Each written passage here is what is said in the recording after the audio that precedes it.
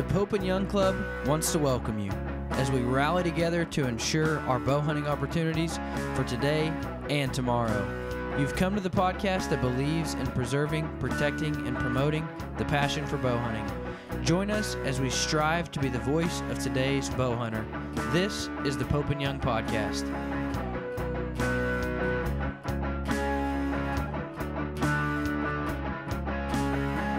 Hello, everybody. Welcome to the Pope and Young Podcast. Jason Roudsville here, joined as always by my co-host Dylan Ray. And we have with us today from the John V. Mesh Memorial Foundation, we have Jim Mesh. Jim, welcome to the podcast. Thank you, Jason. Thanks, Dylan. Thanks for having me. Absolutely. Yeah, you bet. This is, this is something different when you guys started talking. Gosh, I think it's been it's been a little over a year now since you came on board with Pope and Young. And this was something truly unique. I mean, I've been in the outdoor industry for 30 years, and this is something truly unique and really piques my curiosity, and just your sense of pride. So, Jim, can you tell us, give us a background about you, and then tell us about the foundation, the memorial? Absolutely. I was born with 7 siblings, was total when my mom and dad were finished having kids. We had 8 of us kids, and just grew up in an outdoor loving environment. I mean, grew up hunting, fishing, camping, just anything outdoors was what we loved to do. And then I have a older brother, Mike, who started archery hunting when he got to be a young adult, and he just got me and my other 3 brothers addicted to it. So John, my brother John, was a Kansas City firefighter, and in October 12, 2015, he was killed in the line of duty in an arson fire. When he passed away, John Cerna, who is the driver of the pumper my brother worked on, approached me and said, "Hey, we need to do some kind of charity or foundation or something in John's memory." He says, "What do you think about that?" And I said, "Yeah, let's do it." So we established the John V. Mesh Memorial Scholarship, which is an outdoor-based 501c3 that does everything for kids, whether it be kids that are pursuing careers in conservation in college. We give college scholarships. We do the Missouri Department of Conservation's Discover Nature Girls Camp. My brother has 4 daughters, and they all, were all 4 of them at the time of his passing hadn't even graduated high school, but they've all shot deer and turkey. So, we was passing that tradition along to them as well, and my own kids and stuff like that. So we figured an outdoor-based charity would be right up our alley. So that's what the John V. Mesh Memorial Scholarship does. That's outstanding. You always wonder, we're all, our time will all get called, and you wonder that when you go, how your legacy will be once you're gone. And I would have to think, I didn't have the privilege of knowing John, but I would think that he would really appreciate and be proud of his legacy and what you guys have done to carry it on. Yeah, it's sort of a running joke, so to speak, because of everybody's like, "Your brother's so mad," because he was one of those guys that didn't seek any attention or didn't like any limelight. There was a running joke on the fire department that John started a tradition that whenever he was fighting the house fire or whatever the case may be, if they would call the news crews would come and this, that, and the other. And if you got captured on camera by the news and they showed you on TV, you owe donuts. So the guy that got caught on the news would owe donuts. So John was he didn't want to be in front of the camera is the moral of the story. So that's the running joke is your brother's so mad right now. But that being said, I know for a fact that he is proud of what we're doing and proud to see that his legacy is helping out so many kids get into the outdoors. Absolutely. Yeah. And, hopefully he got some Krispy Kreme stock because he's He's definitely in front of the camera now, and for good reason. And I think that's fantastic when you see all the different, scholarship opportunities that are out there as a wildlife biology major. It's neat to see that you got that there's support for folks going into wildlife conservation. So now, is when you guys are determining these, is having hunted or participated in hunting, is that part of the questionnaire? Absolutely not. We have kids that, like we've had a couple kids we've given scholarships to that are pursuing a career in conservation. They want to be, excuse me, conservation agents. Or one young man is actually graduated from Kansas State University, and he wants to be a U.S. Fish and Wildlife agent. So we helped him out with his student debt for his senior year.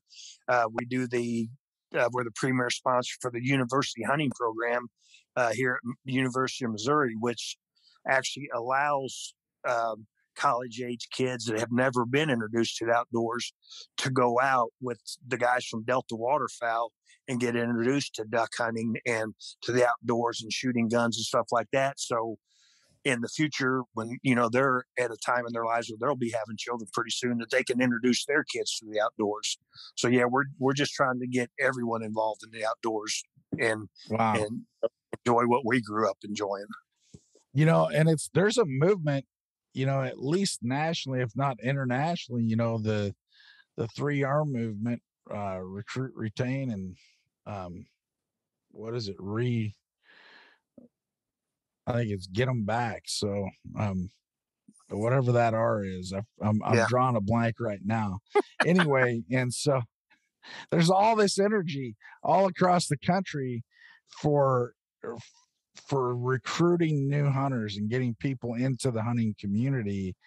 And it's nice to see that, not everybody gets bogged down in the red tape. You guys just go out and do it. Yes, we're we're blessed in the fact that we are a small local charity, so to speak. We're trying to gather recognition, and that's part of the partnership with you guys is to get our name out there, not only for publicity for ourselves, but to get people involved with Pope and Young and this, that, and the other. But it just wanting to get kids out there is what we all have in common. Yeah, just brainstorming here. I almost wonder if we can't get one of your recipients, your scholarship recipients, even to come in and do a talk, a breakout session, maybe even at convention this next year in April. Absolutely, we definitely have a couple guys that I would pretty sure would love to do it. Okay, yeah, that might be good.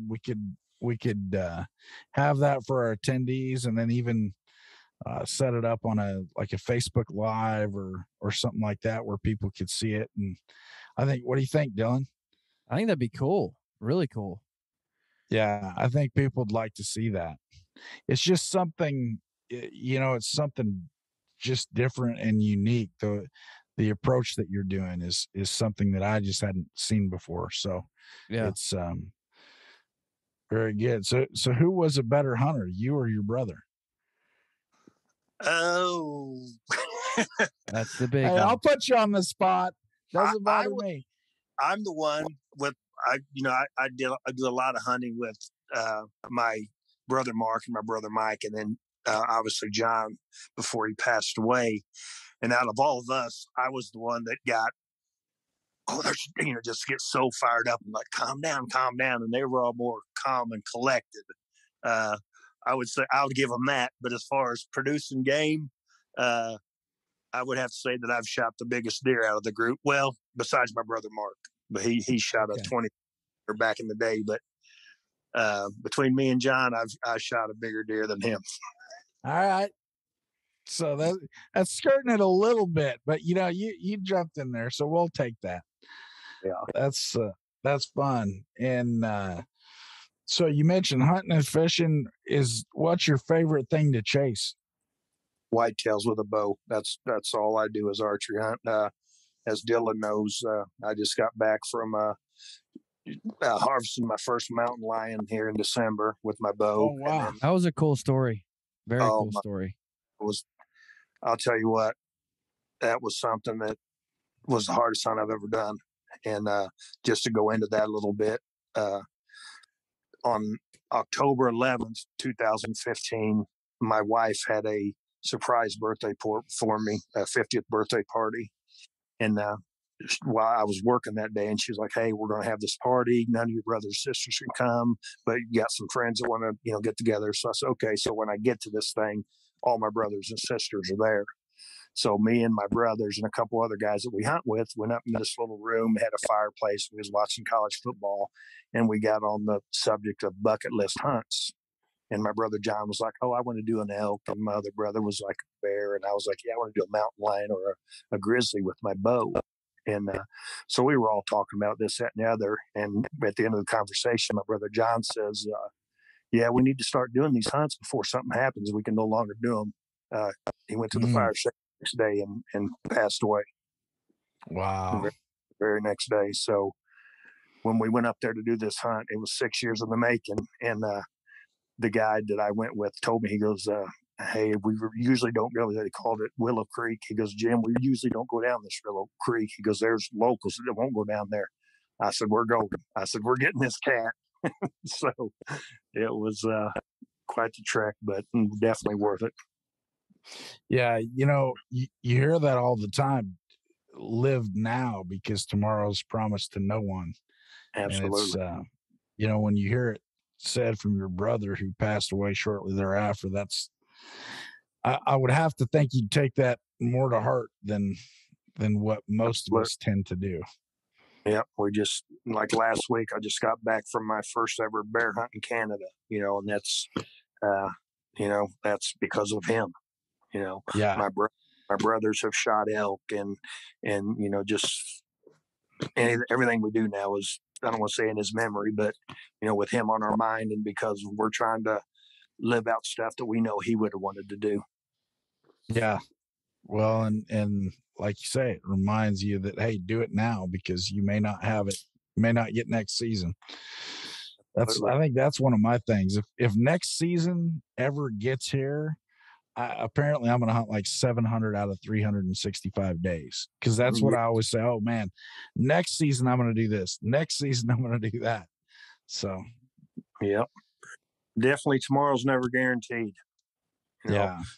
I had a buddy that told me, him and my brother he's on the job too on the fire department. And he had a 40th birthday party right after my brother passed away. And my brother's birthday was like the day after it or something. And on his invitation, it said, "Hey, let's celebrate, Rocky's first birthday.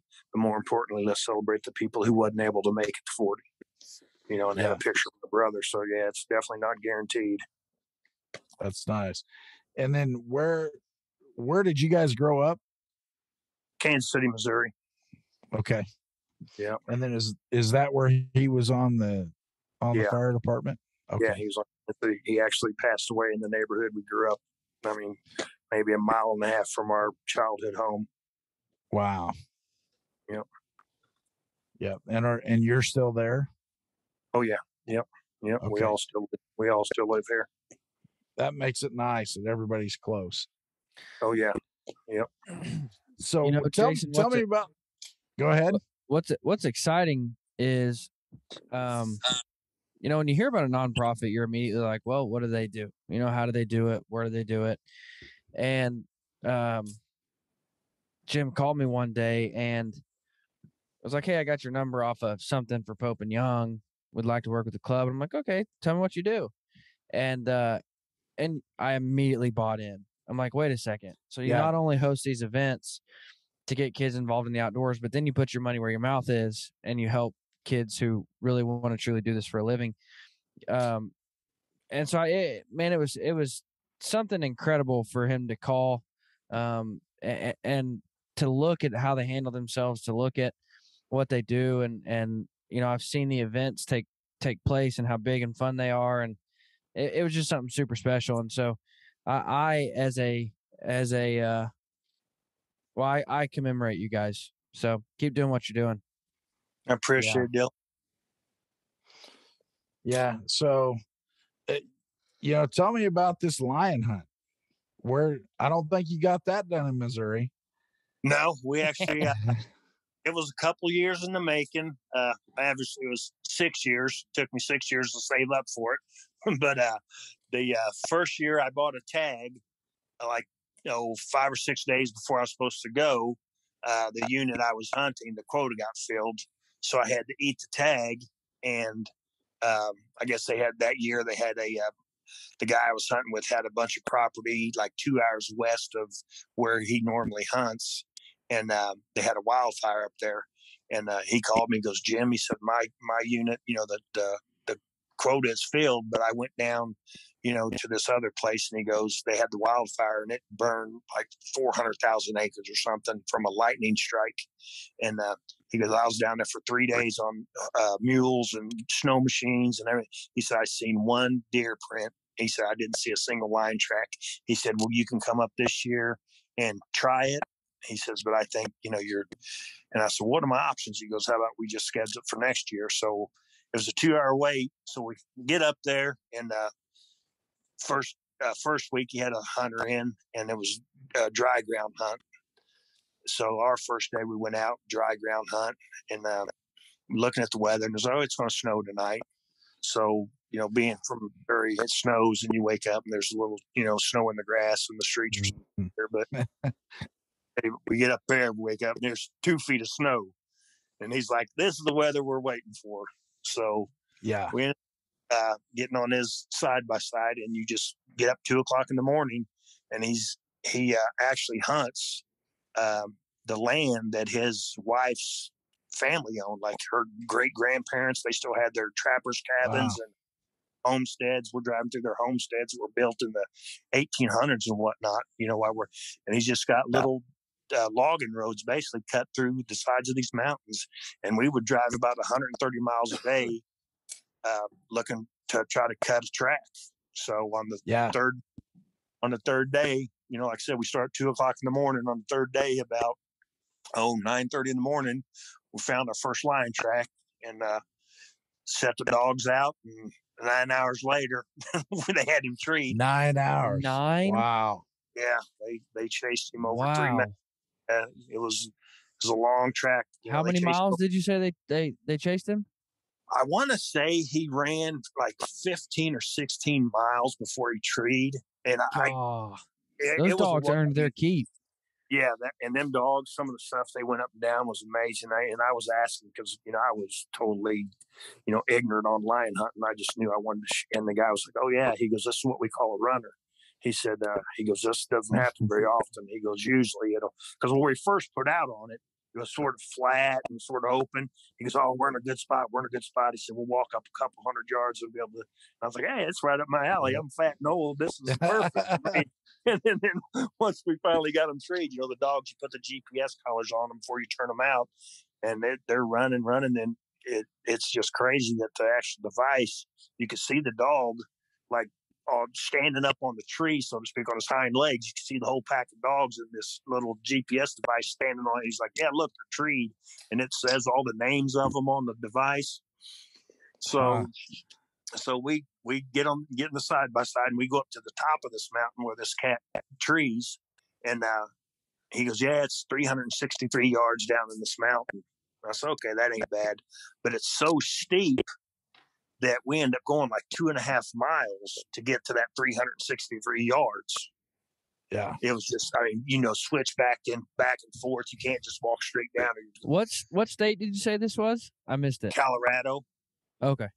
Yeah, right outside Gypsum, Colorado. Gotcha. Up above, yeah. So we go down in there, and by the time I got down there, I was exhausted. I said, I can't believe going down the mountain. I'm just this tired. So we get down and there. you're looking up and you're like, man, I'm going to have to get back up to the side by side. Yeah, that's what I was panicking. I told him, I said, hey, man, I says, his name's Dylan, too. I said, Dylan, I says, I'm struggling to get down this hill. I said, he goes, if we have to, we'll get the mules in here. Yeah. I said, okay. So long story short, we get down there, and, when I deer hunt, if I see a doe walk by my stand, I still sort of like, oh, here we go. Especially I know if I'm going to let an arrow fly.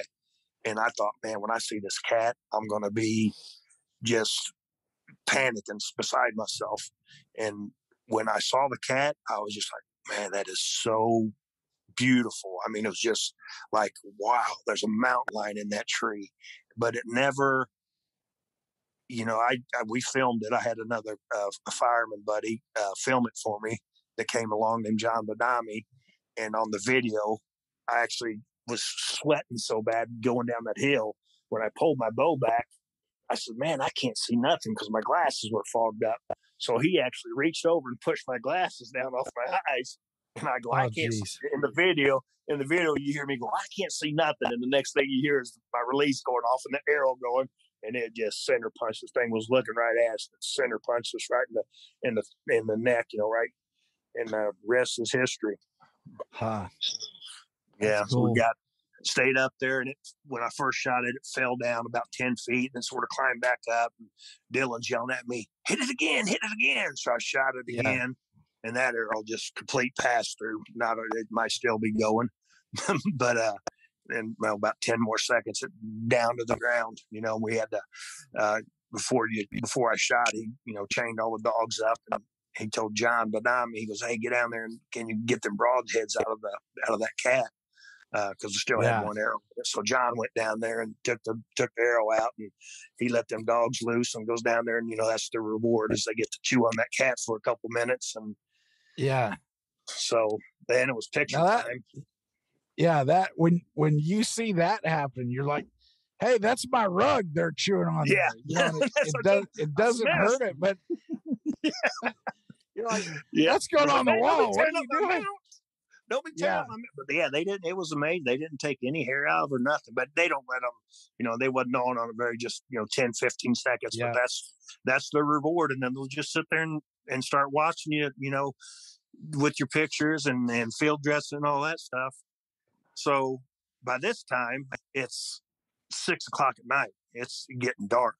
So Dylan goes, hey. Not trying to be whatever. He said, but you struggle coming down here. Do you want to go down the rest of the hill or you want to go back up? I said, whatever you think. He goes, well, it's like 900 and something yards down. I said, well, let's try to go down. I'm thinking, okay, it ain't going to be that. So we start going, and we're packing this cat out. We get, caped out and quartered up and this, that, and the other. So we get down there, and now it's getting dark, and the road's washed out. So long story short, it took us 39 hours to go outside that mountain in minus 16-degree weather. And when I got back to Kansas City, I had to go to the burn center because I thought I was going to lose 4 toes. I had hypothermia. Wow. It was an ordeal. And people were like, man, would you do that again? I said, absolutely. That's awesome. 100%. Did you eat any of it yet? It was delicious. That's what I've heard. Delicious. Yeah. That gal that was out the convention in Reno that shot that big cat, I asked her. Shelley Fulton. Yeah. I asked her. I says, hey, I'm getting ready to go on a hunt. I says, and everybody's telling me that these cats are good. I says, but I think it's just guys trying to play a trick on me to get me to eat this disgusting. And she goes, oh, no, it's delicious. And I go, what's it taste like? She goes, it'd be like the best pork chop you ever had. And that's what everybody tells me. They're like, if you didn't know I made you one and gave it to you, you would think it'd be the best pork chop. And that's what it was. My son-in-law made some when we come home. And I didn't tell my kids what it was. I was like, hey, we're having steaks or pork chops. And once I told them, they're like, hey, no. I've heard a lot of people like at least a dozen or more that tell me that mountain lion is their favorite meat of all. I don't know what it is, but I've had a lot of people say that. And I guess back in the day, that's what the mountain men would go for. They'd a lot of the beaver trappers would use those beaver carcasses and then try to get cats off of them, and then that was their favorite meat over deer and even elk. Yep. I saw somebody post a picture of a mountain lion, and this one, anti-hunter, of course, piped up and said, yeah, like you're going to eat it, though. Now we know you're just trophy hunting. And the amount of people that came at him saying, like, you're an idiot if you think he's not going to eat it because it's the best meat ever.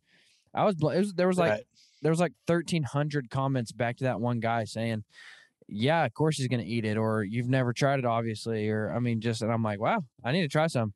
Uh, Yeah, yeah. it's good. I still got something here, Dylan. Well, let's get you some. You're not too Hey, far. I'll be there in a minute.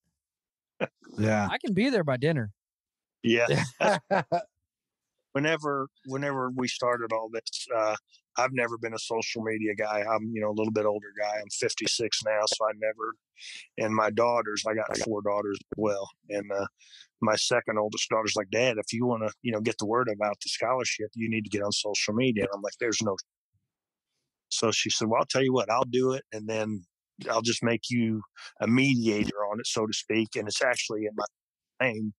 So whenever I post something, it says it's my wife posting it.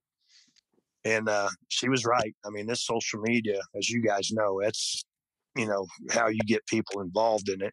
And I am fortunate enough that we have so many people that support us, that I would say half of them aren't hunters, but they're not anti-hunters. And there's only Right. been two incidents since I've posted, going on 6 years, that somebody has made a negative comment. I had a guy, I have a friend of mine that shot a zebra, and his wife posted it. And one of her friends, how on Facebook how it works is her friends can see what he posted on there. I wish the zebra would have had a gun. And I replied, sir, this, if you don't like hunting, why would you get on a page that's called 363 Hunt Club? I said, that just don't make sense to me. And the guy goes, you know what? I'm sorry. I apologize. So that was that. And then I had one person when I shot the cat that he didn't like it. Yeah. But Well, other than nothing but support.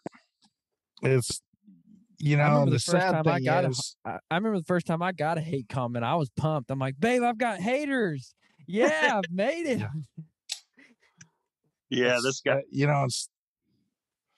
they just have no clue, but they it's like, they don't know what conservation and where the money comes from, or what would happen deer population when unregulated, or anything, to the predator population. Like now they're trying to, when I was in Colorado, they're trying to reintroduce wolves up there. And these ranchers and stuff up there are just losing their minds. They're like, man, these wolves wreak havoc here when they were here. They said we were lucky, eradicated, so to speak. But he goes, now they want to reintroduce them, and they're protesting and trying to sign bills and petitions and everything to keep it from happening. And people, oh, you killed the wolf. Well, you have to sometimes to keep, there's people whose jobs are to dictate how many deer you can kill, or how many, what the population to be, type of thing. I had lunch the other day with a friend of mine. I believe he's 91 years old. And we started talking about people who are anti-hunters and anti-meat and vegetarians, and he said that's all fun and games and that's cute, but if you did that when I was a kid, you just died. Like you didn't make it. Yeah. If you didn't believe in killing the pigs out back, if you didn't believe in going and slaughtering a cow, if you didn't believe in hunting for your food, you just died when I was a kid. Like there was no running to the store and buying your vegan nuggets and your vegetarian hamburgers and you would have just died, and that's the end of it. Why is it that with vegans or vegetarians or whatever they are nowadays, I don't even know if I know the difference. Anyway, what is it that they're all of their stuff they try to get to taste like meat? How are they gonna know if it tastes like chicken? They're like, oh, here's a vegan chicken burger. How do you know if you don't eat chicken? How do you know if it tastes like chicken? It could taste like a frog or like a mushroom or some other, like something you stepped in and out in the yard. It's like they don't have any idea. Oh, here's a vegan hamburger. If you're a vegan, why do you want to pretend to have a hamburger? Yeah. Why do you eat vegan bacon? I saw a post. It was Remy Warren, and he said, there's all this hype around plant-based meats, and he's like, I think it's time that we have meat-based plants. And, he formed carrots out of meat and like dyed them orange and like put garnish on top, and he's like, here we have it, the meat-based carrot. And he's like, this is the best carrot I've ever had. And he like opens up his freezer and like it like sentimental music plays. He's like, just think, one day all this meat can be veggies. And it was a funny video, man. Yeah, I don't get it. I mean, the people that don't agree with it, like you see more guys like us, I see more guys, bow hunters, busting guys' chops that are crossbow hunters than I do hunters protesting vegans or whatnot. Yeah. We just leave them be. So I wish they would leave us be. If you don't like it, don't do it. I like Well, it. they don't fine, have do any. it. Yeah, they don't. You think of the effort that we put into hunting and fishing. Rigging rods and sighting in bows and tuning bows and fletching arrows and all the things you do, getting boats and vehicles and bikes and ATVs and deer stands and turkey blinds and all this stuff ready all year long. It's 12 months a year to most of us. Oh yeah. It's not just something we go do a couple of weekends a year. A lot of us, it is 24/7, 365. Oh yeah. And those guys, what are they going to do? They don't have any hobbies. What is their hobby? Watching TV? That's what gets me. Like, I sit back and I think, man, I've spent, hundreds of hours in the tree stand. What's this guy doing? What's he playing? Lord of the Rings in his mom's basement or something while I'm doing this. Yeah. I wouldn't like that. Let's see. Yeah, he probably has the newest video game and probably the highest, nicest video game playing computer that, the government bought him while he sat there not working.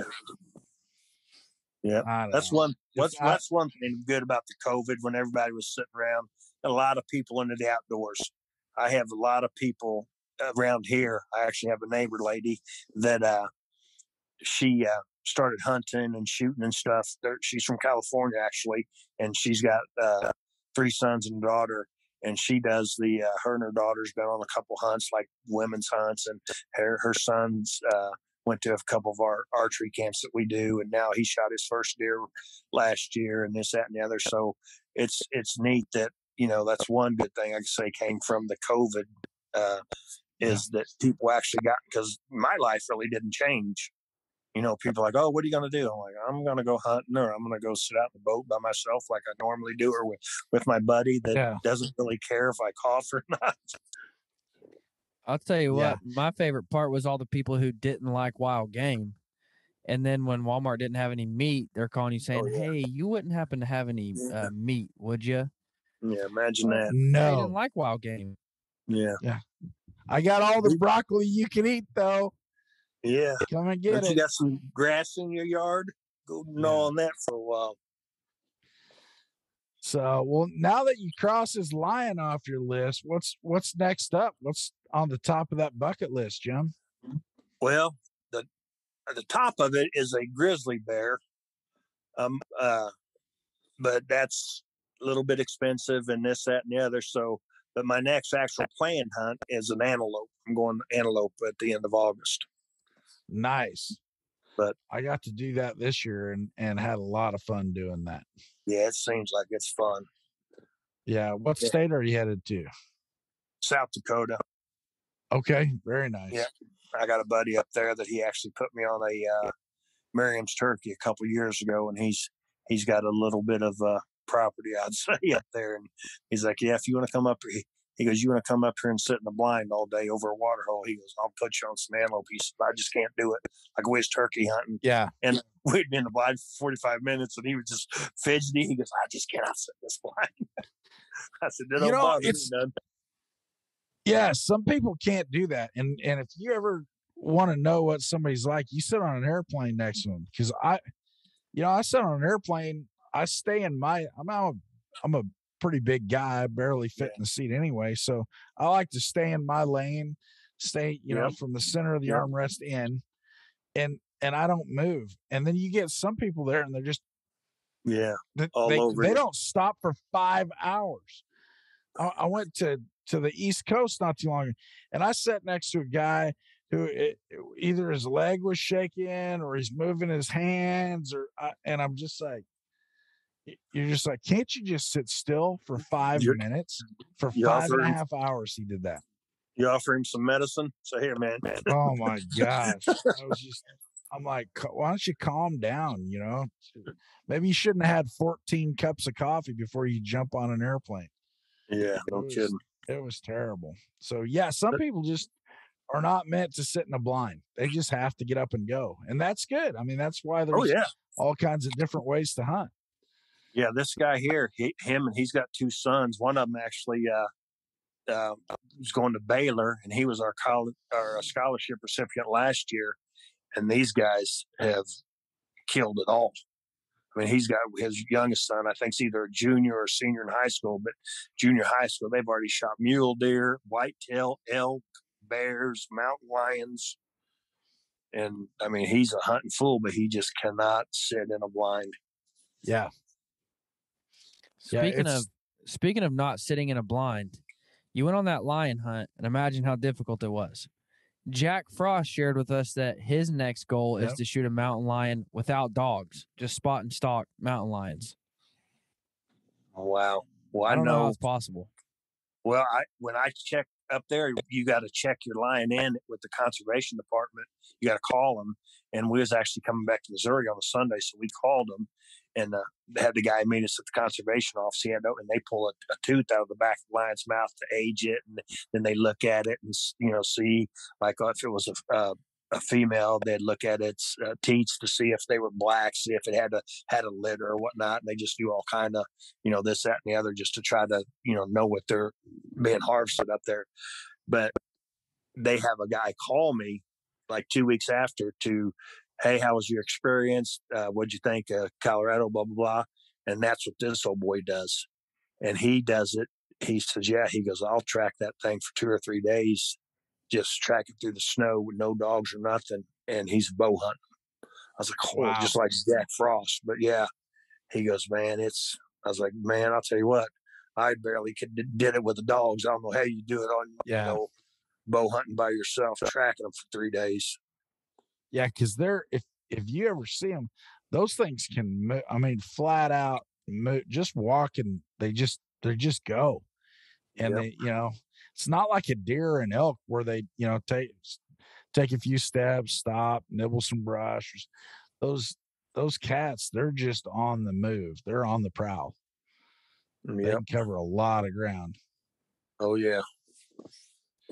Wow. So grizzly's up next. Well, antelope's up next, but then. Yeah. Well, you know who I met another guy there, old Frank Nasca. Me and he's got a farm down by us, and I've actually doing some work on his truck and stuff. I got a buddy's mechanic. We've done a couple things. He's got a truck that he lives here in Kansas City, and when he flies in, he's a pilot. So when he flies in, he goes down and hunts his farm and whatnot. But yeah, I'm trying to get him to point me in the right direction to get this grizzly bear hunt taken care of. Well, if anybody can point you in the right direction, it's probably him. I was gonna say, guy's working on his 3rd Grand Slam with the bow. That's like, I'm trying to think. That's like, getting tips from Babe Ruth on how to hit a baseball. Yeah, that's what I tell him. And you guys, know how he is.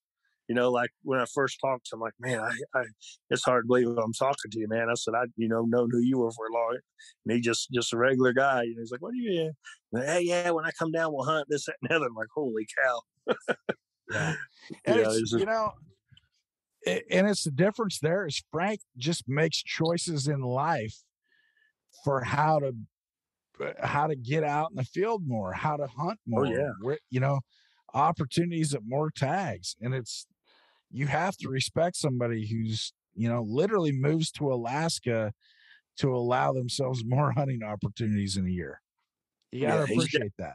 He's definitely all in when it comes to bow hunting. Yeah. That's another level of commitment. Yeah. You guys probably know the story. He goes, we was talking one day and he goes, I tell the people that, I'll go up on these bear hunts by myself on Kodiak Island. He says, I'll take my boots off and I'll stalk on these bears to, however close he's getting to them with no sidearm or nothing. He goes, yeah. He goes, that's probably not the best story to be telling to somebody because if they try to do it, they might be in trouble. So yeah, he's definitely hardcore. That's yeah. It's interesting because 5 years ago, before I came to Pope and Young, the thought of taking a brown bear with a bow for me, and I've been a long time bow hunter, but I also rifle hunt and I'll use a shotgun, kind of any open. I'm the any open season guy. Oh yeah. I won't use a crossbow, but anything else is okay. And if you'd have said, "Hey, what do you think about shooting a huge 10-foot brown bear with your bow?" And I'd have been like, I just 5 years ago, I think I'd have been like, no, thanks. I'm good. 100 yards is close enough. A couple hundred yards with the, 300 or 375. That's okay. And then you talk to people, you talk to the Frank Noskas and you talk to these guys who are out doing it and they just love it. And I got to tell you, all of us, I don't know, it's at the top of my list, but it's definitely on my list where it never was before, just because of the intensity of how people just love it. Yeah, just anything. I mean, it's just, like something you're born with now. I mean, you just, like you said, whatever open season it is, Yeah.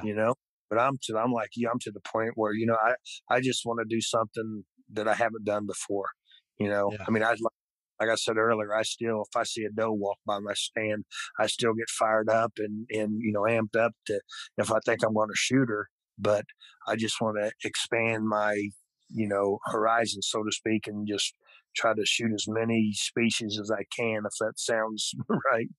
Yeah.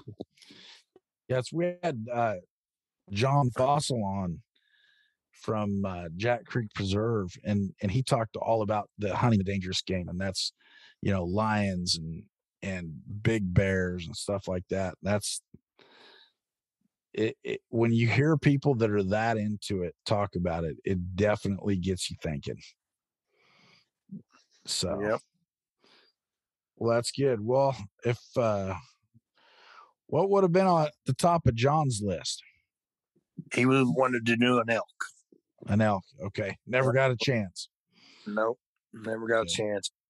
The year after he passed, my brother Mike put in for his first ever elk draw, and he actually got picked, and he shot one that year, right after the following year after John passed, and he called me on the phone, and it was pretty emotional. I mean, just he couldn't hardly talk. He was, so shook up, and tears were flowing and stuff like that. But yeah, it was a neat deal. So that's on my list too, just because it was on John's. But I just we'll see.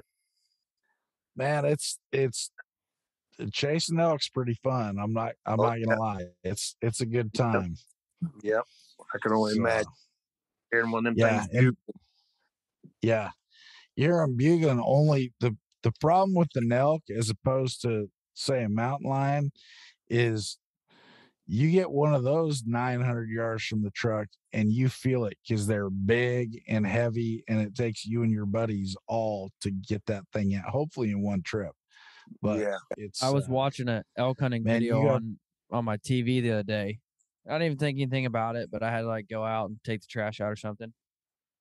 And I come back 45 minutes later, and it had just skipped to the next video and the next video. And my son is just sitting there just watching. And the video that came up was it was 20 elk kills in 20 minutes. So it was literally just elk ripping their heads off, bugling, and then an arrow going through them. My son just sitting there enamored. And I'm like, yes, he's hooked. My man. He just sat and watched for an hour of just elk dying. And I'm like, yeah, that's what I'm talking about.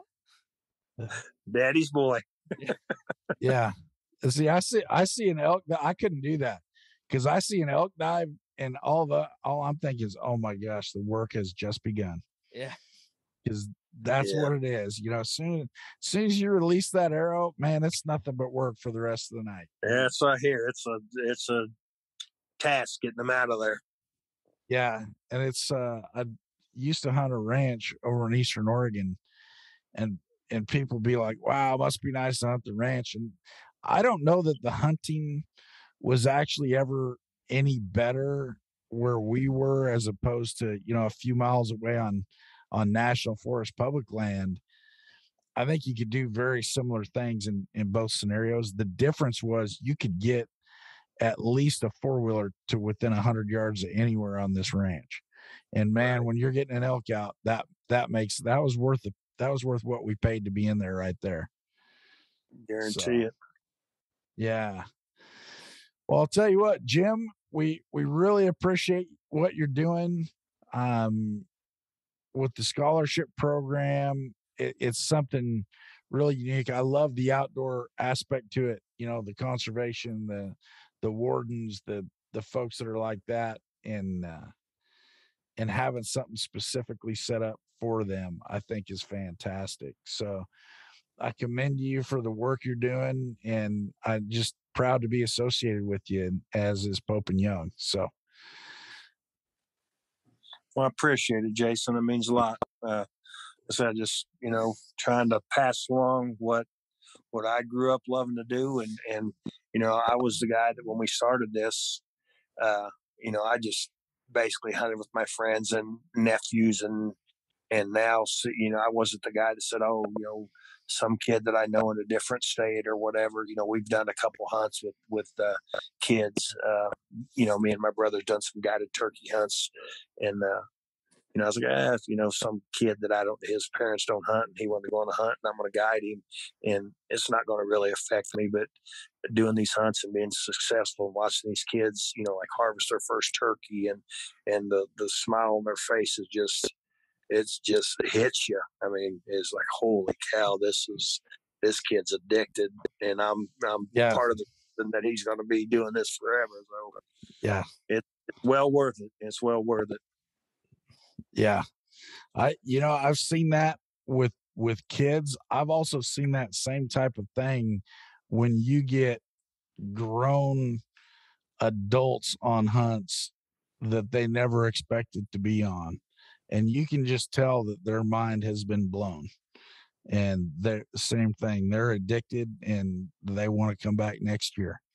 So, well, I'll tell you what, we'll see if we can't work together and do something special coming up here in Reno next year, in conjunction with you guys. I think that might be neat. We'll get with Dylan and do some brainstorming. Sounds good, my friend. You're All not right. forgetting Hey, your question, Jim, are you, Jason? I might have almost. Dude, I can't let you do that.